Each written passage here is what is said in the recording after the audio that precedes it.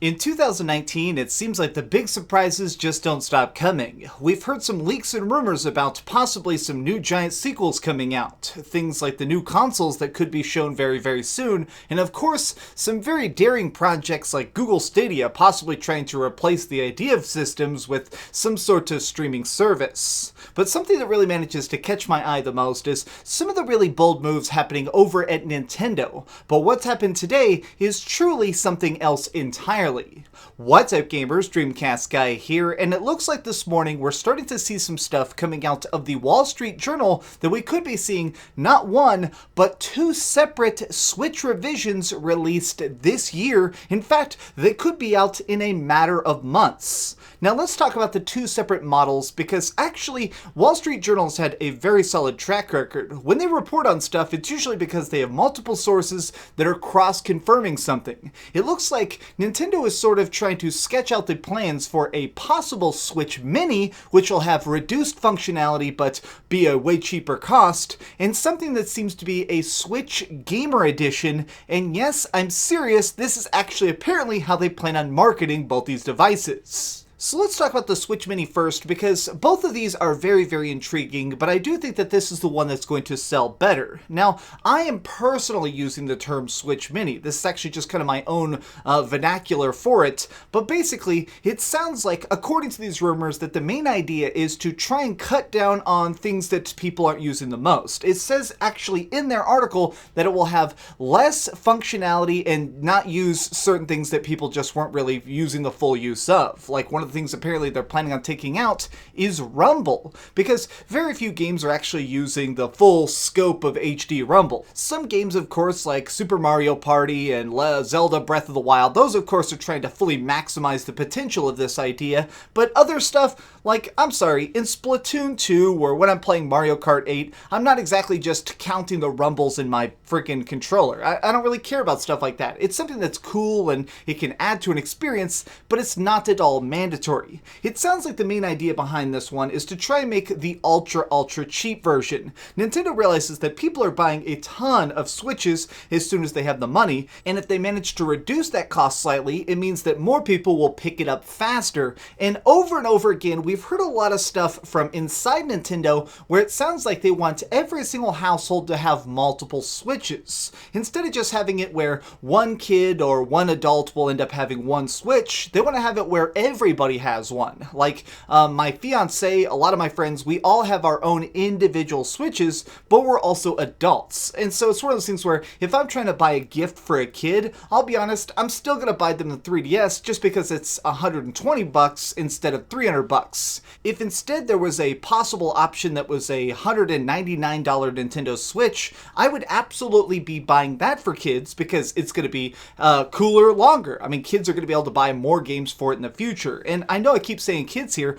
I'm not exactly saying the Nintendo Switch is like a child's console, but I am saying that Nintendo is still focused on that demographic. They are making bigger games and gorier games and allowing stuff like Doom Eternal on there, but they still need to try and cater to the fact that they are the all-in-one platform. They want to make sure everybody can play everything on there. Now, the other addition of this console is perhaps the thing that really surprises me much more, because in my opinion, it seems like a little bit of a different move than anything I've personally ever noticed Nintendo do. So this other one is basically being called something on the lines of a gamer edition. The idea behind it is apparently to try and create something that is going to have slightly better frame rates and slightly better resolution as a targeted demographic of, okay, let's cater to the ultra serious gamers who don't mind dropping more cash for a better play experience. Now, according to this article, it still will not have as much actual raw processing power as something like the PlayStation 4 of the X or the Xbox One,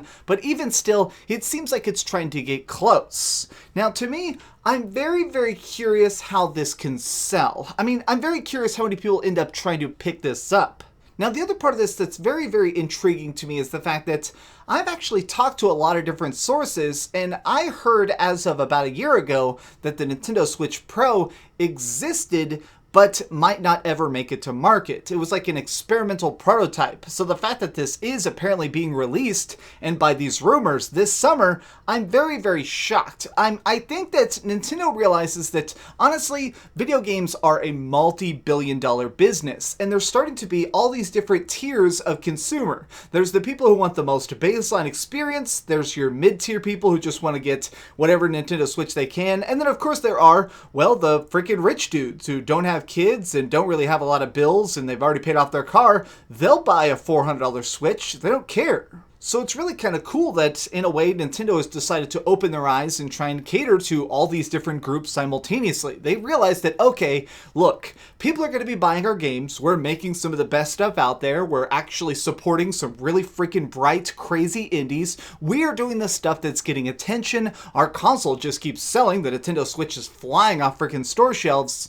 How can we try and diversify? Managing to actually branch out and hit different parts of the market is one of the smartest things you can do. Look, in the video game business, you need to cast a wide net. You can't just say, okay, that's our one thing, that's what's paying our bills, let's do it again and again. Like, just as a random example, look back at the original Xbox. Now, the OG Xbox is a console that has a very, very special place in my heart, but one of the downsides of it is that it was very, very focused on action games. It actually had tons and tons of first-person shooters that sold like crazy, and it did get games like Ninja Gaiden, but one of the problems with it, in my opinion, is that it never got RPGs. I mean, very few RPGs ever came to it, and most of them were pretty paltry. It made it where if you absolutely wanted to have some great RPGs, you had to pick up a PlayStation 2, which ended up making it where this huge set of Japanese gamers never really decided to adopt the idea of the Xbox. So kind of what I'm saying here is that I think that Nintendo is already beginning to see the writing on the wall and go, okay, how can we make things more accessible? How can we make this basically reach an even bigger audience of people to try and like our games and play our games and carry our games all over the place? Now, what's really kind of just the shocking part of this whole article, which I will have linked down below, is that some of the rumors are apparently pointing at the fact that they want to reveal these at E3 and have them released by summer. Both of them. This is not going to be a staggered release. This isn't going to be one of those things where they try and put one out in May and one out in like December. It sounds like they want them to be a simultaneous drop. If Nintendo wants to be really, really smart, and of course I think that they know what they're doing, what they're probably going to do is try and make some very, very interesting pack-in games. Since this is something that's kind of dropping into the market a couple years into the Switch's life cycle, I think that what they need to do is kind of sit back and go, okay, which game will fit each console? I don't necessarily expect that they'll put a giant new thing, like, I don't believe that they'll try and release, like, the Switch Mini probably won't have, like, Pokemon packed into it, because Pokemon's gonna sell like crazy. Instead, I think what they're gonna try and do is make it where perhaps we'll get the Switch Pro will automatically come with Fortnite and Doom, and maybe something like Wolfenstein. I bet that they could cut a deal like that. I bet something like Skyrim will just come pre-installed on there digitally or something as a way to try and show off the Switch Pro's new graphics of, hey, look at this giant, shiny, bright, colorful world, and now it looks almost as good as it does on the PlayStation 4 on your Switch. Now, the other thing that's really interesting is, of course, the Switch Mini. I think with the Switch Mini, I believe that they'll probably try and pack in tons and tons of indie games. Right now, Nintendo is seemingly trying to approach a lot of very small developers who have some very great projects and trying to get them invested in the idea of the Switch ecosystem of, hey,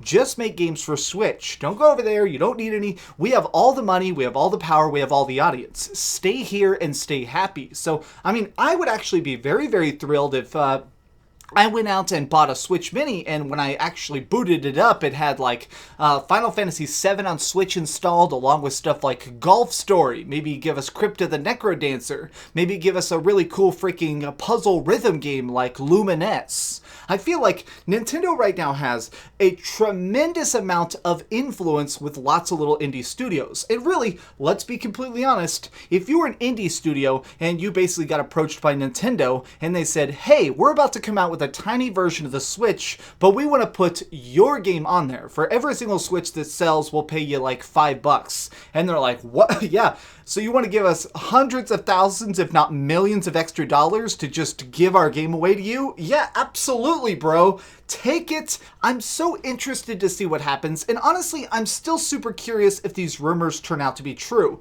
It's still a little bit hard for me to believe just because it seems like it's so sudden. The Nintendo Switch is just selling so well, but something like this could be a very, very wise choice and something that manages to help Nintendo get an even wider appeal.